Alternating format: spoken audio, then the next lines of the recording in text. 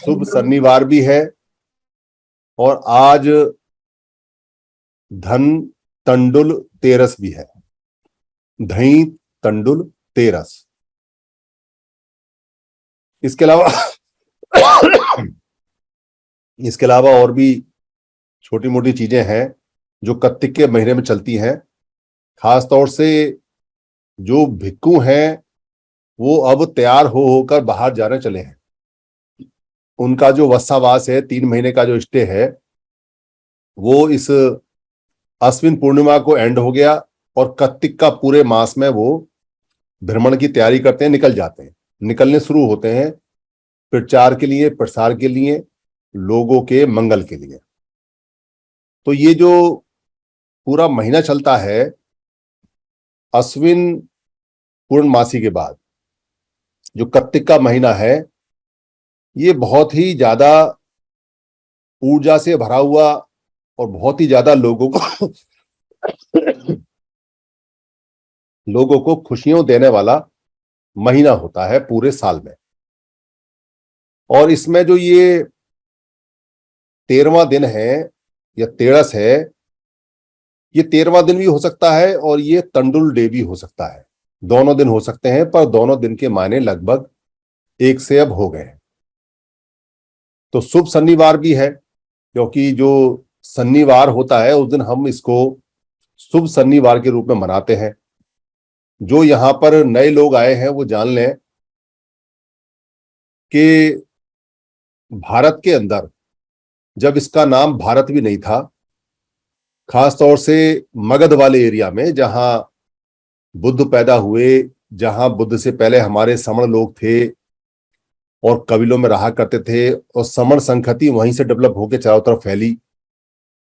तो उस समण संस्कृति में, समण संस्कृति में, समण कल्चर में हमारे जितने भी समण लोग थे, समणा और समणी, वो सारे के सारे 7 दिन में एक बार अपना सारा काम छोड़ के या काम पूरे कर कर रेस्ट के लिए, आराम के लिए, या अपनी समस्याओं के समाधान के लिए, या एक दूसरे से मिलने के लिए, या कोई दुख दर्द के लिए, या कोई खुशी के लिए, वो आपस में सारे के सारे सन्निपात करते थे। सन्निपात बहुल। सन्निपात का मतलब है इकट्ठे होने की चर्या, सन्निकट होने की चर्या, निकट निकट होने की चर्या, पास पास आने की चर्या, यानी संग में बैठने की चर्या।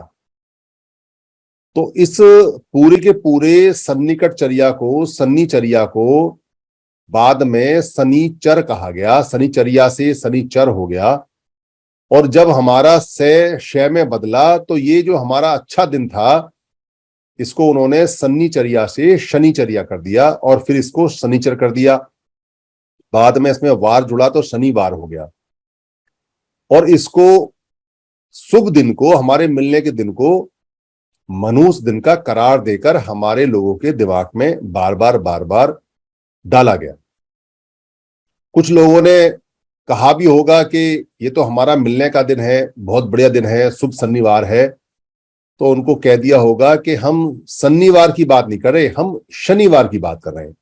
तुम्हारा शनिवार यहां कुछ नहीं है, क्योंकि स की जगह श हो गया है। ये शनिवार है और ये मनुष्य दिन है। इस दिन घर से बाहर मत निकलना। हम अपनी जब चर्या करते थे तो अपने सत्तक डंडों को, सत्तक माने शस्त्र और दंडक माने दंडा, यानी कि बाला, भाला, बल्लम, बर्छी, कटार, तलवार, ये सब साथ रखते थे। वो लोहे की बनी होती थी। इसलिए हमारे दिमागों में ये डाला गया कि शनिवार के दिन में लोहा रखना भी अपशकुन है। अपशकुन का मतलब ये बहुत ज्यादा हमारे लिए नुकसानदायक है। तो नुकसान वाला काम क्यों करेंगे? तो लोगों की जानकारियां जैसे जैसे शनिवार से शनिवार पे चली गई, वैसे ही वो सत्थक दंड भी भूल गए, अपने हथियार भी भूल गए, और उनको खुद ही मनुष्य कहने लगे और लोहा दूर दूर कर दिया। तो लड़े काय से? अगर सामने दुश्मन हो तो पिटना ही पिटना है। जिसके पास डंडा नहीं होता अपनी सुरक्षा के लिए, उसकी तो पिटाई होनी है। ये तो पूरी प्रकृति का नियम है। जानवर भी उस पर हमला करता है जिसके हाथ में डंडा नहीं होता, और जिसके हाथ में डंडा बल्लम हो, जानवर भी उससे बच के निकल जाता है। आदमी की तो विसात ही क्या है। इसलिए हमने अपना ऑफिशियल जो शस्त्र था, सत्तक दंड था, वो छोड़ दिया। और बुद्ध ने तो अपने भिक्खु संघ को भी 11 प्रकार के हथियार दिए, सत्तक दंड दिए। विनय पिटक में लिखा हुआ है, कोई भिक्खु चाहे तो देख सकता है, पढ़ सकता है।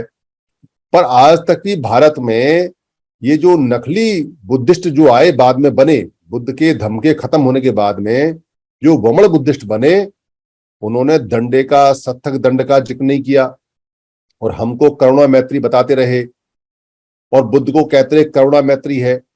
जबकि विनय पिटक में 11 प्रकार का सत्तक दंड लिखा हुआ है, आदेश है बुद्ध का। तो कैसे बुद्धिस्ट भिक्खु हो भाई, तुम उनकी बात नहीं मानते, अपने बुद्ध की बात नहीं मानते, तो 11 प्रकार के तुम्हारे दंडे हैं कहाँ? कहाँ तुम्हारे हथियार हैं? वो हथियार हैं, भारत में चलते हैं, मगर वो भगवा लोगों के हाथ में चले गए और उन लोगों ने अपना लिए। हमारे बुद्ध के हथियार हमारे ही लोगों के अगेंस्ट में और लोगों ने अपना लिए और हमारे लोगों ने छोड़ दिए। पर इसको कोई भी बुद्धिस्ट बोलता नहीं, क्योंकि उसके दिमाग में ये भर रखा है कि हमारे तो बुद्ध करुणा मैत्री मुदिता भाईचारे उपेक्षा और हाथ जोड़ने वाले और आंख बंद करने वाले हैं।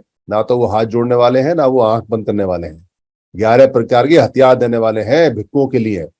पर कोई पढ़े, कोई जाने, कोई तर्क करे, कोई वितर्क करे, कोई भिक्खु आए सामने तो बात ही बने। तो ये ऑफिशियल आपका अधिकार है कि आप सत्तक दंड रख सकते हो, शनिवार को आप इकट्ठे हो सकते हो, सम्मेलन कर सकते हो, मिल सकते हो। उसमें धारा 144 भी कहीं काम नहीं करेगी। जो बाबा साहब ने बाद में लॉ में बनाई है या जो आईपीसी में बनी हुई है धारा, वो भी कहीं काम नहीं करती, क्योंकि ये आपका धार्मिक कार्यक्रम है, ये आपका धर्म का कार्यक्रम है और धर्म के कार्यक्रम में हथियार वालों को सुरक्षा मिलती है। भारत के अंदर जो लोग अपने धर्म के साथ में अपने धर्म के सुरक्षा के हथियार रखते हैं, शस्त्र रखते हैं, उनको पुलिस भी प्रोटेक्शन देती है, उनको संविधान भी प्रोटेक्शन देता है। पर आप ऐसे अनोखे बुद्धिस्ट हो गए हो जो बुद्ध की बात नहीं मानते, और पता नहीं किस किस की बात मानते हो। तो मानो भाई, उसी का आज नतीजा ये है कि हम इतने कमजोर हो गए, क्योंकि जो आदमी अपनी बंदूक रख देगा, अपना हथियार रख देगा, वो तो आधा वैसे रह जाता है। इसलिए सन्निपात बाहुल बहुत जरूरी है और सन्निपात बाहुल बिना सत्तक दंड के सोचा भी नहीं जा सकता। इसलिए सत्तक दंड की तैयारी की जाए और सत्तक दंड को ऑफिशियली अनाउंसमेंट के लिए गवर्नमेंट को लिखित में देके और भिक्खु संघ को पास कराना चाहिए। जो बुद्धिस्ट संगठन है उनको पास कराना चाहिए और देश विदेश में पास कराना चाहिए, क्योंकि पूरी दुनिया में धर्म एक ही चलता है, अलग नहीं है। तो ये फायदा बड़ा होगा कि दोबारा से सन्निपात बाहुल सत्तक दंड के साथ होगा, तो आधी बीमारी तो दूर वैसे ही हो जाएगी। जिन व्यक्तियों के समूह के पास में उनका सत्तक दंड रहता है, जानवर नहीं आते उनके पास, दूर रहते हैं जानवर, कह रहे डंडा है, क्योंकि आपको छूने की जरूरत नहीं है, डंडा आगे कर दो जानवर भाग जाएगा। तो कितनी बड़ी सुरक्षा जानवरों से है, तो जानवर से सुरक्षित होना चाहिए। गाय आ जाए, भैंस आ जाए, बकरी आ जाए, ऊंट आ जाए, बिना डंडे के कैसे करोगे? इसलिए बुद्ध की बात मानना चाहिए। दूसरा जो यहाँ एक कार्यक्रम लगातार चल रहा है, वो कार्यक्रम है भिक्खुओं का लगातार घर से बाहर निकलना। क्योंकि जो पिछली पूर्णमासी गई है, तब से भिक्खुओं ने 3 महीने अपना अध्ययन करने के बाद में लगातार वो जा रहे हैं और पूरे महीने जाएंगे। तो इधर भी वो जा रहे हैं। और जो सबसे बड़ा खुशी का माहौल है इस पूरे नॉर्दर्न रीजन में, यानी कि जो ईस्ट से लेके और वेस्ट और नॉर्थ के बीच का जितना हिस्सा है, ऊपर का सारा गर्म क्षेत्र है और पहाड़ी के नीचे का क्षेत्र है, वहां पर दही आया हुआ है। दही, दही माने होता है ग्रेन्स, यानी दाने। और दही किसके हैं, दाने किसके हैं? तंडुल के। तंडुल माने, अभी तो चावल शब्द पहले था नहीं, क्योंकि चावल शब्द अरब से आया हुआ है। तो चावल के यानी राइस के जो ग्रेन्स हैं, जो दही है, वो आए हुए हैं और वो फसल कट रही है। और फसल कट रही है तो वो सारे के सारे दही तंडुल के आ रहे हैं। और जो ये तेरस है, यानी जो 13वां दिन है चंद्रमा के डाउन होने का, यानी चंद्रमा लगातार धीरे धीरे डाउन हो रहा है और 13वें दिन में डाउन होकर काला सा हो गया है और अगले 2 दिन बाद अमावस आएगी, पूरी तरह से बंद हो जाएगा, फिर छोटा चांद निकलेगा जो पूर्णमासी तक पूरा बड़ा हो जाएगा। तो यहां अंधेरा हो रहा है पर फसल आ रही है, फसल की बड़ी खुशी है। तो इस पूरे रीजन में इस दही की, यानी तंडुल दही की एक खुशी मनाई जा रही है जो आने वाला है। और लोग इस खुशी में जानते हैं कि अभी खाली फसल कट के आ रही है, तो फसल कटेगी तो चावल के दाने जब सूखेंगे तो उनको निकालना भी है, तो उनको भरना भी है, उनको इकट्ठा भी करना है। तो लोगों को कहा है कि भाई अपनी अपनी झाड़ू बना लो और झाड़ू ले आओ अपने साथ में, क्योंकि चारों तरफ फसल का एक ही टाइम है। तो फसल को कूट के अलग भी करना है और बिखरी हुई फसल को इकट्ठा करना है, तो हर एक घर में झाड़ू बनाई जा रही है। तो झाड़ू खरीदने का, झाड़ू रखने का हर एक घर में जो रिवाज है इसलिए है क्योंकि सारे के सारे लोग ही तो किसान थे, और जो किसान नहीं थे वो उसमें काम करना शुरू कर देते, क्योंकि फसल सब आ रही है और फसल दूसरी बोनी भी है तो जल्दी से सूखे और काम हो जाए। तो उनको भरने के लिए मटके चाहिए, क्योंकि फसल फल को सुरक्षित रखने के लिए बोरे नहीं थे उस समय। और चादर बहुत महंगी हुआ करती थी, क्योंकि चादर हाथ से बुनी जाती थी, कपड़ा हाथ से बुना जाता था, इसलिए चादर और चीवर बहुत प्रीशियस थे। तो चावलों को रखें काय में, अगर बंद करके नहीं रहेंगे तो चूहे खा जाएंगे, तो चूहे खा जाएंगे तो सांप आ जाएंगे चूहों खाने के लिए, एक आफत और है। तो चावल के चावल गए, यानी तंडुल के तंडुल गए, चूहे के चूहे आ गए और सांप का खतरा अलग से है। तो उनके लिए मटके, मिट्टी जो मिट्टी के बनते थे, वो मटकों में तंडुल यानी चावल रखे जाते थे, दही रखे जाते थे, और वो एक के ऊपर एक रख के ऊपर रखे जाते थे। ऐसे बहुत सारे आपने डांस देखे होंगे जब महिलाएं एक के ऊपर एक मटके रख के डांस करती हैं, क्योंकि मटकों को एक के ऊपर एक रखने की कला है। मटका टूटे भी ना, और भरा हुआ मटका भारी हो जाता है। तो उसको भंड बोलते थे। भंड माने वस्तुएं होता है, वैसे तो भंड माने वो जो सामान जहां संग्रह करते हैं उसको भंड बोलते हैं, या भंडार गृह बोलते हैं, या भंडागृह बोलते हैं।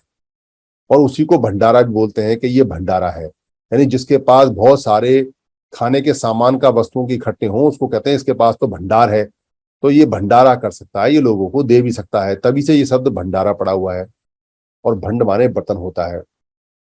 आपने एक मूर्ति देखी होगी, एक चित्रकारी देखी होगी, पहले पिछले साल हमने यहाँ कई एक्सपर्ट बुलाए थे।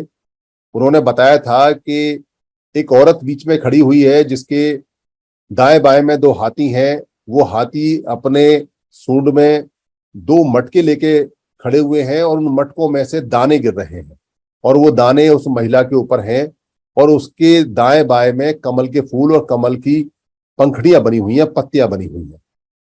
तो कमल के फूल और पत्तियां बताते हैं कि ये बुद्ध के परिवार से, यानी कि धम्मिक परिवार से ये लोग संबंधित हैं।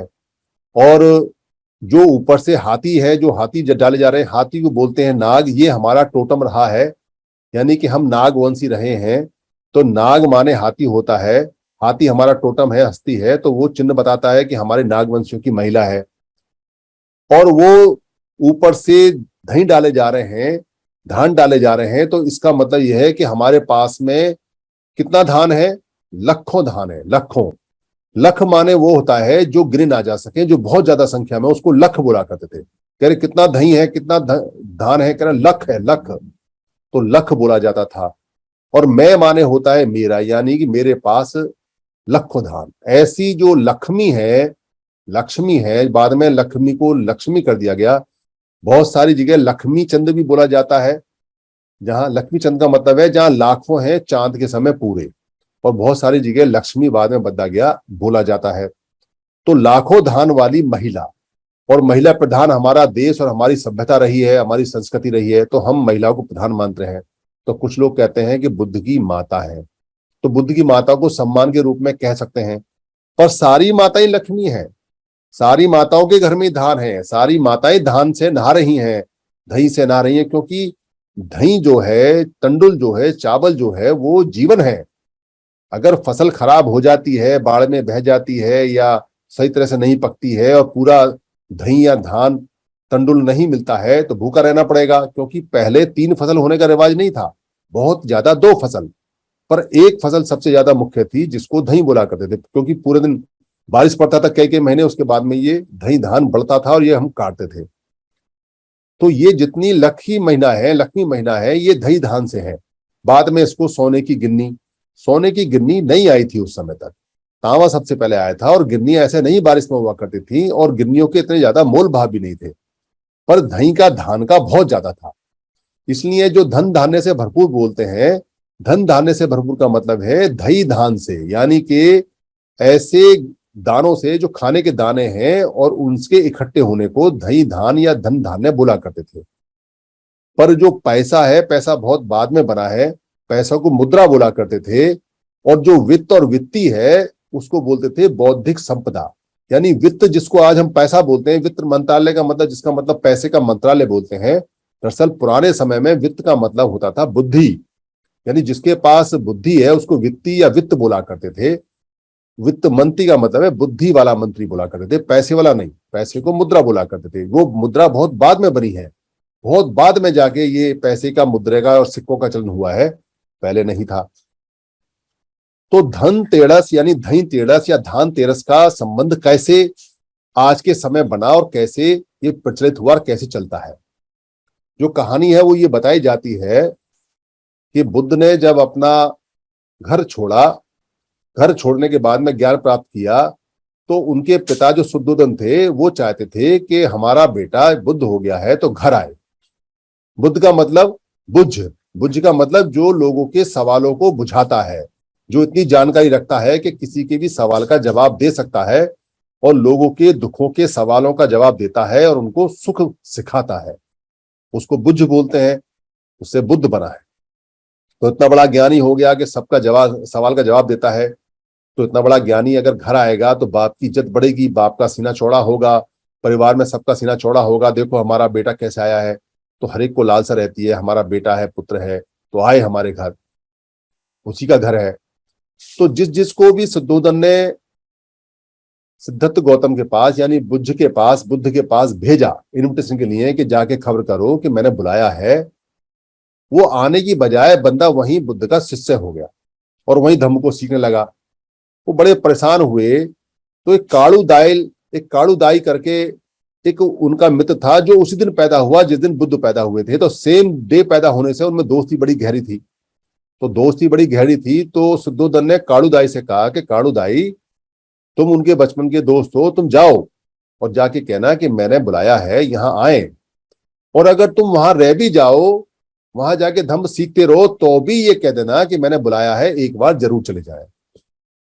तो वो कालूदाई जब बुद्ध से मिलने गया, वहां जाके बुद्ध की शिक्षा उसने सीखी, देखी, तो वो भी वहीं रह गया। पर उसने बुद्ध को ये कहा कि मैंने शुद्धोधन को ये कहा है और उन्होंने मुझसे ये कहा है कि अगर तुम रह भी जाओ तो भी बुद्ध को कहना कि वो एक बार यहाँ आ जाए, गांव में आ जाए और कपिल वस्तु में आ जाए। क्योंकि निमंत्रण आया है और बार बार आया है, उसको ठुकरा नहीं सकते, तो इसलिए वो जाने का मन बनाते हैं। तो जाने का मन बनाते हैं तो वत्सावास में कहीं जा नहीं सकते। वत्सावास का नियम है कि बुद्ध और बुद्ध के अनुयायी वर्षावास में, वत्सावास मतलब बरसावास, वर्षा माने जो बारिश बरसती है, पानी बरसता है, उसमें जा नहीं सकते, तो वो नहीं जाते हैं। तो 3 महीने तक वो वहीं रह जाते हैं। तो अश्विन पूर्णिमा तक वहीं रहते हैं। कार्तिक में जा सकते हैं, 3 महीने बाद जा सकते हैं, बारिश बंद हो गई है। तो वो कार्तिक पूर्णिमा के बाद में जब पवारना शुरू हो जाती है, पवारना का मतलब है कि जब उनके जाने का समय आना शुरू हो जाता है, तो वो तैयार होते हैं और निकलते हैं। जहां वो रहते हैं राजगीर में, और वहां से कपिल वस्तु की जो दूरी है वो 400 से 450 किलोमीटर है, पहाड़ों पे जंगल में होते हुए। तो एक दिन में भिक्खु संघ ज्यादा 40-50 किलोमीटर चल सकता है, पैदल, पैदल के रास्ते हैं। तो वो चलना शुरू करते हैं, तो उनके पास चलने के लिए 13 दिन है। तो 13 दिन में वो लगभग 400 के आसपास किलोमीटर यात्रा पूरी करके और वहां पहुंच जाते हैं। खबर मिल जाती है शुद्धोधन को कि वो आ रहे हैं। भिक्खु संघ के साथ चलते हैं, संघ के साथ चलते हैं। यानी बुद्ध कभी बिना संघ के चले नहीं। पहली बार अकेले जब चले, जब उनको बुद्धत्व प्राप्त हुआ, ज्ञान प्राप्त हुआ, उसके बाद जब बौद्ध गया में थे, वहां से पैदल चले बनारस तक, पहली बार और आखिरी बार पैदल चले। उसके बाद कभी पैदल अकेले नहीं चले, संघ में चले, हमेशा संघ के साथ रहे तो सुरक्षित रहे। तो संघ को लेके जा रहे हैं।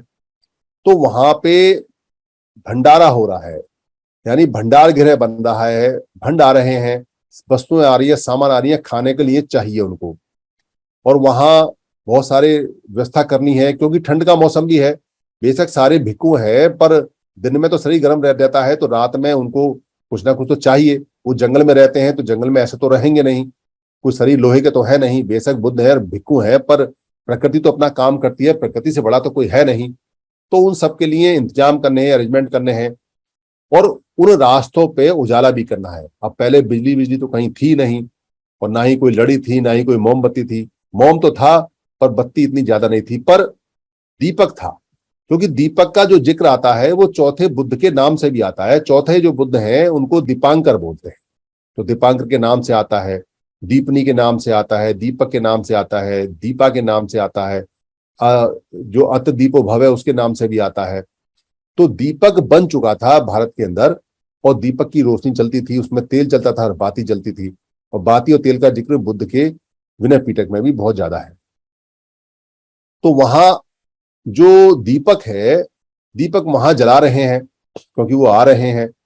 तो वहां चावल जो आया है, नया चावल, नए चावल को देख रहे हैं चेक करके कि कैसा चावल है कैसा नहीं। इकट्ठा तो कर लिया चावल, यानी कि धन तेरस पे सारा का सारा भंडार कर लिया है, तो उसको देख रहे हैं। तो अगले दिन वो तेरस से अगले दिन उसको बना के देखते हैं। उसको काली चौदस बोलते हैं। काली चौदस में शहद डाल के, दूध डाल के और चावल डाल के पका के और उसकी पिंडी बना के चेक करते हैं। और काली चौदस वाले दिन ही उन्होंने दिए जला के देखे हैं रास्तों में कि कहीं बुद्ध को कोई परेशानी तो ना आ जाए। और जो धम्म प्रकाश उत्सव है उसमें वो बुद्ध उनको धम्म देते हैं, तो इसको धम्म प्रकाश उत्सव बोलते हैं।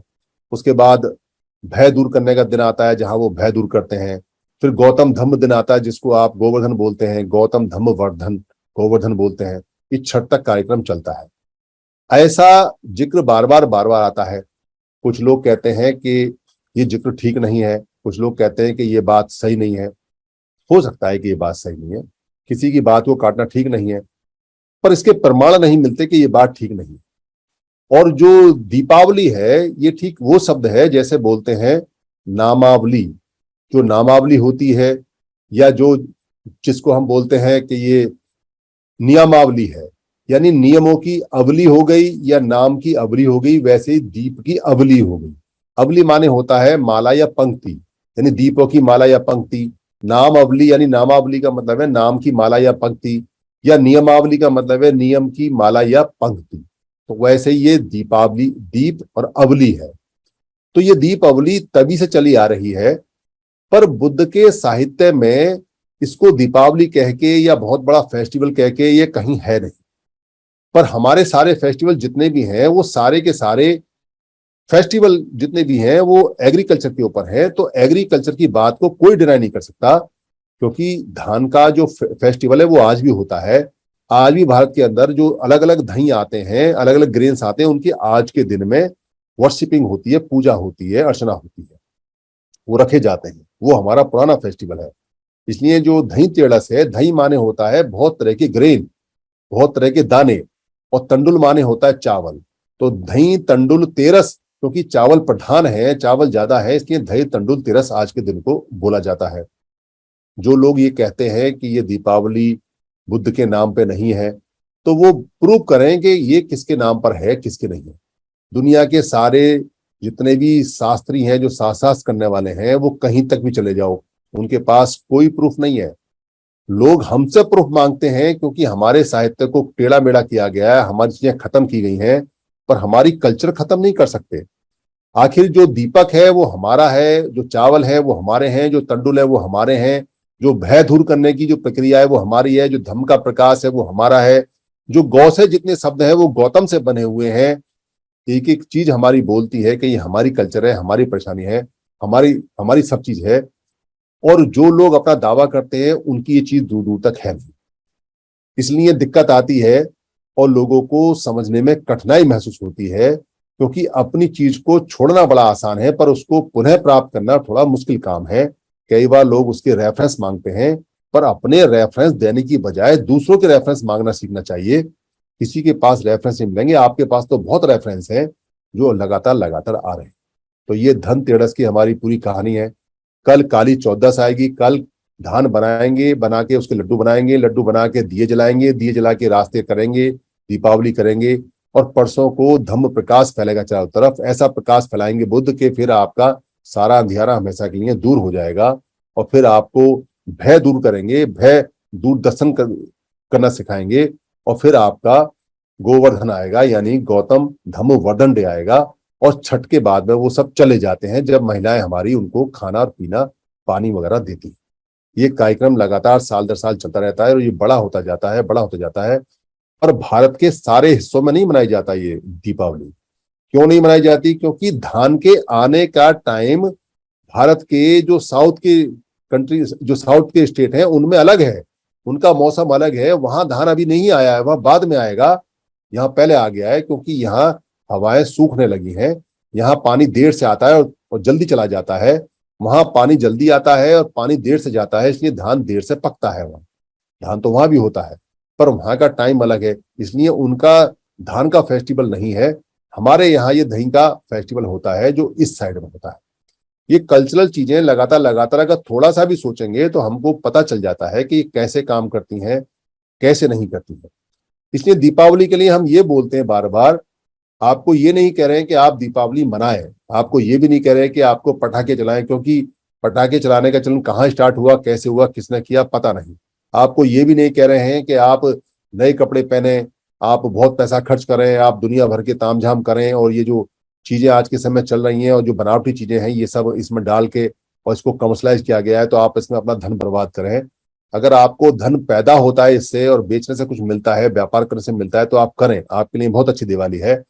पर आपका पैसा अगर इसमें जाता है तो पैसे को रोक के रखें और जब जरूरत हो तब इसे सीखें। क्योंकि बाबा साहब अम्बेडकर ने सारे फेस्टिवल को देखा, सारे फेस्टिवल का धन किया और लास्ट में उन्होंने ये पाया कि हर फेस्टिवल में हमारा नुकसान हो रहा है। तो बेशक हमारा फेस्टिवल है, बेशक हमारे उत्सव है, बेशक हमारी कल्चर है, पर वो मोड़ दी गई है, तोड़ दी गई है, लपेट दी गई है, वो पूरी की पूरी तरह से डेट्रोइट की गई है, विविध की गई है, खराब की गई है। और खराब चीज हमारे लिए नुकसानदायक है, इसलिए उसको छोड़ देना चाहिए। तो बाबा साहब के आदेश अनुसार बहुत लोगों ने छोड़ दिया, और छोड़ने का राइट जो तरीका था बिल्कुल सही था, क्योंकि हमारे पास कल्चर डेवलप करने के बहुत सारे तरीके हैं। अगर हम सब लोग इकट्ठे रहेंगे और संग में रहेंगे तो हर कल्चर को हम खींच के ले आएंगे, हर कल्चर को ठीक कर देंगे, हर नई कल्चर को बना लेंगे, नया उत्सव बना लेंगे, नई चीजें बना लेंगे, नए खुशी के साधन बना लेंगे। पर मायूस होने की जरूरत नहीं है, क्योंकि है हमारा ही, पर अगर हमें नुकसान देता है तो हमारा कैसा? ये ठीक ऐसा है कि भाई हमारा है पर हमें ही मारे, शराब पिए, जुआ खेले तो काय का भाई है, फिर तो वो वमन हो गया। तो वैसे ही ये सारे के सारे फेस्टिवल जो हमें नुकसान देते हैं ये हमारे लिए खराब हो गए। तो बाबा साहब ने इन सबको मना कर दिया कि इन सब को नहीं मनाना है। पर अगर आप इससे कुछ कमा सकते हैं, आप इससे कुछ फायदा उठा सकते हैं, आप इससे कुछ अर्न कर सकते हैं, आप पहले वाली स्थिति में इसको लेके आ सकते हैं, इसको समझ सकते हैं, इसको समझा सकते हैं, इसको जान सकते हैं, तो ये फिर वापस आपके पास आने शुरू हो जाएंगे, इसमें कोई शक नहीं है। जैसे भारत के सारे मंदिर बौद्धों के हैं, पर अभी तो मंदिरों में पिटाई होती है, क्योंकि आप जाओगे तो आप पहचान लोगे कि ये आपका मंदिर है, इसलिए आपको घुसने नहीं देते। क्योंकि आपका मंदिर है, आप अपने बुद्ध को पहचान लोगे, आप अपने वहां पे सारे चिन्ह पहचान लोगे, मंदिर तो होते ही आपके हैं। तो इसलिए जब भी आप उसमें जाओगे तो आपकी पिटाई होगी, आपको आने नहीं देंगे, क्योंकि आप उसके मालिक हो। पर जहां पिटाई होती है वहां जाने की जरूरत ही क्या है? तो बुद्ध विहार बना लो, तो अम्बेडकर भवन बना लो, तो कबीर भवन बना लो। जहां लोग जाते हैं वो जगह मंदिर है। खाली भवन को, खाली ईंटों को मंदिर नहीं बोलते। खाली ईंटें, खाली तो खंडर होते हैं, मंदिर नहीं होते हैं। इसलिए जहां हम रहेंगे, जहां संघ रहेगा, सभ्यता वहां से आरंभ होगी। इसलिए कहते हैं कि संघ हमको क्यों जरूरी है? क्योंकि बुद्ध से सीखना चाहिए कि जहां बुद्ध खड़े होते थे संघ वहां से शुरू होता था, क्योंकि संघ उनके साथ रहता था। इसलिए भिक्खु संघ में हमेशा उनकी बातें एक से लेकर दो तक चली जाती थी। वैसे ही जहां हमारा संघ होगा, जहां समण संघ होगा, वहां सारे मंदिर भी होंगे, वहां सारी कल्चर भी होगी, वहां सारी दीपावली भी होगी, वहां धनतेरस भी होगी, वहां ईद भी होगी, वहां पे 26 नवंबर भी होगी, वहां 26 जनवरी भी होगी, वहां 14 अप्रैल भी होगा। और जहां संघ नहीं होगा, आप कुछ भी कर लेना, आपके पास कितना पैसा हो, वो सब चला जाएगा, सारे फेस्टिवल चले जाएंगे। जैसे पहले सारे फेस्टिवल चले गए, सारे पैसे चले गए और हम भूखे नंगे हो गए बिना संघ के, वैसे ही फिर हो जाएंगे। इसलिए उत्सवों की चिंता नहीं करनी है, किसी भी बात की चिंता नहीं करनी है। चिंता सिर्फ इस बात की करनी है कि हम असंगी हैं या संगी हैं। अगर हम संगी हैं तो हमारे अच्छे दिन आने शुरू, और अगर हम संगी नहीं, असंगी हैं, तो हमारे और बुरे दिन आने की तैयारी शुरू। समझना आपको है, करना आपको है कि आपको सुखी रहना है या आपको दुखी रहना है, आपको संगी रहना है या आपको असंगी रहना है। निर्णय आपका। और सब कुछ आपके बच्चों की फ्यूचर पर डिपेंड करता है। आपका एक निर्णय कि आप कौन सा निर्णय लेते हैं। संघं नमामि, संघं नमामि, संघं नमामि।